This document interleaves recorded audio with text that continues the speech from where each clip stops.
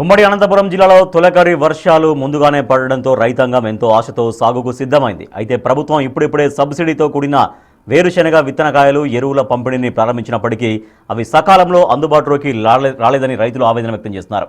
సకాలంలో విత్తనాలు భూమిలోకి పడితేనే ఈ సరైన పంట చేతికొస్తున్న నమ్మకంతో రైతులున్నారు. సాగుకు సిద్ధమైన రైతాంగంపై మరింత సమాచారాన్ని మా ప్రతినిధి భరత్ భూషణ్ అందిస్తారు. తొలకరి పలకరింపుతో బీడువారిన భూములు పదునెక్కాయి. ఇప్పుడు ఎటు చూసినా అనంతపురం జిల్లా వ్యాప్తంగా ట్రాక్టర్ల గర్జన వినిపిస్తాయి, నాగళ్ళ చెప్పులు వినిపిస్తాయి.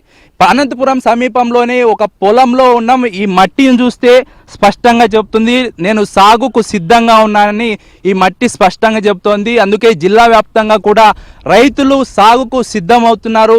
విత్తన సాగుకు సిద్ధమవుతున్న నేపథ్యంలో ఇప్పుడు కనిపిస్తున్నటువంటి ఈ పొలంలో ఇప్పటికే విత్తనాలు సాగు చేశారు.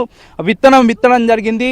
ఈ పక్కనే ఉన్నటువంటి పొలంలో ఈరోజు విత్తన సాగుకు రైతులు సమాయత్తమయ్యారు. అయితే జిల్లా వ్యాప్తంగా ఇప్పటికే తొలకరి వర్షం పడడంతో కొన్ని ప్రాంతాల్లో ముందుగానే సేద్యం చేశారు, దుక్కులు దున్నారు. కొన్ని ప్రాంతాల్లో ఇప్పుడు దుక్కులు దున్నుతున్నటువంటి నేపథ్యం. అయితే రైతాంగానికి విత్తనం వేయడం మాత్రమే కాదు, భూమిలోకి విత్తనం వేసిన తర్వాత పంట ఇంటికి వచ్చేంత వరకు కూడా ఒక చిన్న పసిపాపను కాపాడుకుంటున్నట్టుగా రైతులు కాపాడుకుంటా వేరుశెనగను సాగు చేస్తున్నటువంటి నేపథ్యం స్పష్టంగా కనిపిస్తోంది. అయితే ప్రభుత్వం నుంచి సకాలంలో విత్తనాల పంపిణీ జరగాలి, ఎరువుల పంపిణీ జరగాలని రైతులు కోరుతున్నారు. అదే సమయంలో జిల్లా వ్యాప్తంగా కూడా రైతాంగం మొత్తం కూడా సాగుకు సిద్ధమవుతున్నటువంటి నేపథ్యంలో ప్రభుత్వం పెట్టుబడి సహాయం అందించాలని కోరుతున్నారు, విత్తనాలు సబ్సిడీకి అందించాలని కోరుతున్నారు, ఎరువులు కూడా సబ్సిడీకి అందించాలని ప్రధానంగా రైతాంగం కోరుతోంది. ప్రభుత్వం వైపు నుంచి కూడా అదే స్థాయిలో సహకారం అందాలన్నది ప్రధానంగా రైతాంగం నుంచి వినిపిస్తున్నటువంటి మాట. చెప్పండి, మీ పేరేంటి, ఎన్ని ఎకరాల్లో సాగు చేస్తున్నారు, ఎంత పెట్టుబడి పెడుతున్నారు? 2.5 ఎకరా సాగు చేస్తున్నారు. కానీ 1.5 పళ్ళ విత్తనాలు వేసినారు. 2 గాండ్ల ఎద్దులు బాడిగా, ఒక మనిషికి కూలి, ఇవన్నీ వర్షాధారం పంటగా వేస్తున్నారు. ఎంత ఖర్చు అవుతుంది మొత్తం మీకు ఈ పంట అంతా ఇంట్లోకి వచ్చేసే టయానికి ఎంత ఖర్చు అవుతుంది?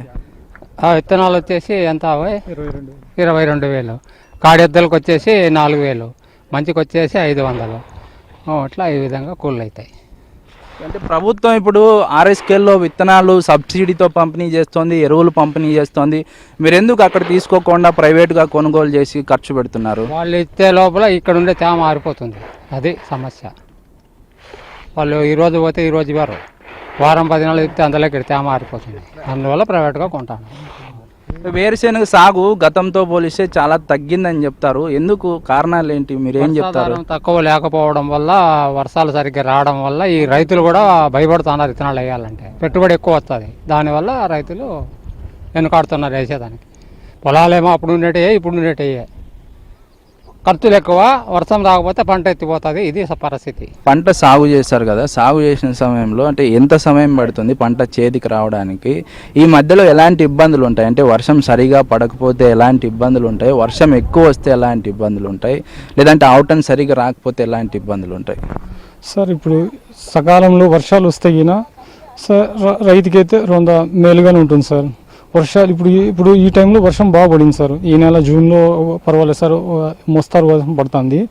తరువాత ఇప్పుడు రాంగ వర్షాలు కానీ పడకపోతే ఇత్తనం వేసిన టయానికి ఒక నెలకు 2 వానలు పడితే సార్ అప్పుడు శనక్కాయ అనేది మొక్క బాగుంటుంది సార్. అన్ని విధాలుగా అయితే బాగుంటుంది. దానిపైన మళ్ళీ ఎరువులు వేసుకుంటే కానీ దిగుబడి వస్తుంది సార్. ఎరువు DAP కానీ, తర్వాత 20-13 కానీ ఇవన్నీ వేసుకుంటే కానీ కాయకి బాగా బలం వస్తుంది సార్. దానికి మళ్ళీ కలుపు తీసుకోవాలా, వాళ్ళకి కూలీలు ఖర్చులు తర్వాత దానికి ఉన్నాయి సార్.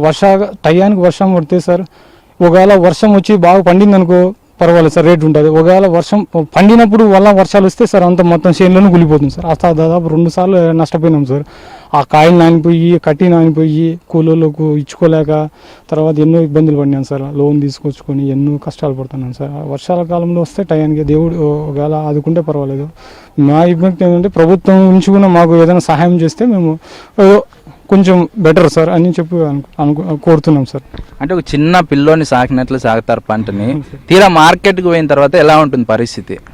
సార్, ఇక్కడ రైతు పండించేది తర్వాత పండించినాక వస్తారు సార్ దళారులు, వాళ్ళు ఒక రేటు, మళ్ళీ తర్వాత వ్యాపారస్తులు ఒక రేటు వేసుకుపోయిన తర్వాత ఇప్పుడు 3,000 ఉందనుకో సార్ మూట 42 కేజీలు. తర్వాత ఆడిపోయిన తర్వాత 2,500లకు 2,500లకు అని అని వాళ్ళు దళారులు అనేది సార్ నిర్ణయిస్తారు సార్. వాళ్ళు వ్యాపారస్తులు అదే సార్, వాళ్ళు చెప్పినట్లే వీళ్ళు కూడా ఉంటారు సార్. వ్యాపారస్తులు కొనేవాళ్ళు కొన్ని అప్పుడు కూడా నష్టపోతున్నాం సార్. ఒక రైతు అనేది గవర్నమెంట్ ఒకవేళ కొంటే గినా రైతులతో డైరెక్ట్ కొంటే గినా రైతు కొంత బాగుపడతారు సార్. అంటే రేట్ గిట్టుబాటు ధర అయితే వస్తుంది సార్ దానికి. అది మేము కోరుతున్నాం సార్. చూశారుగా, ఇది అనంతపురం రైతుల పరిస్థితి. అనంతపురం రైతులు కేవలం భూమిలోకి విత్తనం వేయడమే కాదు, ఆ విత్తనం మొలకెత్తి పంట ఇంటికి చేరేంత వరకు కూడా కష్టపడాల్సిందే.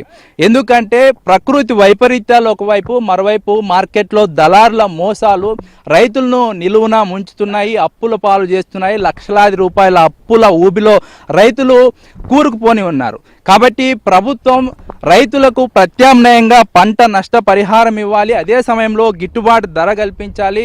దీంతో పాటుగా మార్కెట్లో ఏవైతే ధరలు ఉంటాయో ఆ ధరలు కనుక రైతులకు వచ్చే విధంగా ప్రభుత్వం చర్యలు తీసుకోగలిగితే రైతాంగం పరిస్థితి ఈ విధంగా ఉండదు, అప్పుల ఊబిలో కూరుకుపోయే ప్రమాదం ఉండదన్నది రైతాంగం చెబుతున్నటువంటి మాట. కెమెరామెన్ ప్రసాద్తో భారత్, అనంతపురం నుంచి.